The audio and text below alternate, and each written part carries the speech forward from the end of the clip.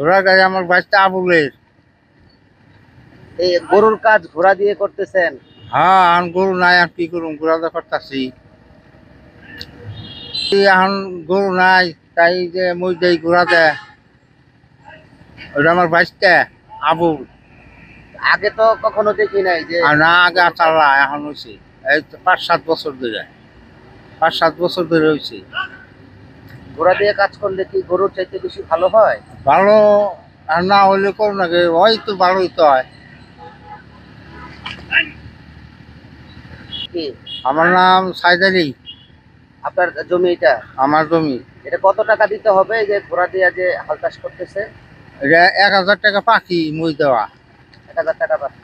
হ্যাঁ, আরে বছর 2 বছর।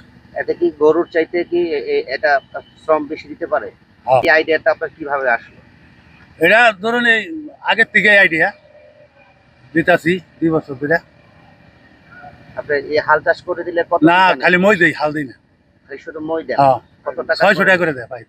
প্রতি বিঘায় 600 টাকা? হ্যাঁ, 600 টাকা। কয়টা ঘোড়া আছে আপনার? আমার একটাই। একটা ঘোড়া দিয়ে কাজ করেন? হ্যাঁ, প্রতি বছর কত বিঘা করতে পারেন বছরে? ওই 40-50 বিঘা মই দিই।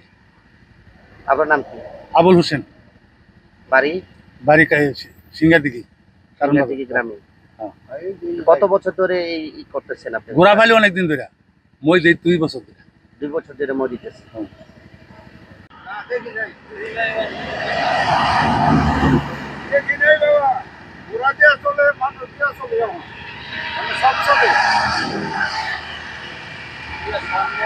ঘোড়া দিয়ে হাল চাষ কি প্রথম দেখছেন?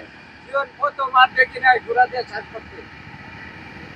এবছর নতুন করতেছি চাষ, তারপরে মালিকই করবো। দর্শক, গাজীপুরের শ্রীপুর উপজেলার মাওনা ইউনিয়নের কারণ বাজার এলাকায় একজন কৃষক গরুর পরিবর্তে সেটি ঘোড়া দিয়ে ধান খেতে মই দিচ্ছেন এবং গরুর পরিবর্তে ঘোড়া দিয়ে মই দেওয়া এই দৃশ্য আমার মনে হয় এটি সর্বপ্রথম। এখানকার কৃষকরা গরুর দাম অতিরিক্ত হওয়ায়, গরু কিনতে না পারায় সেটি ঘোড়া দিয়েই কাজ করছেন।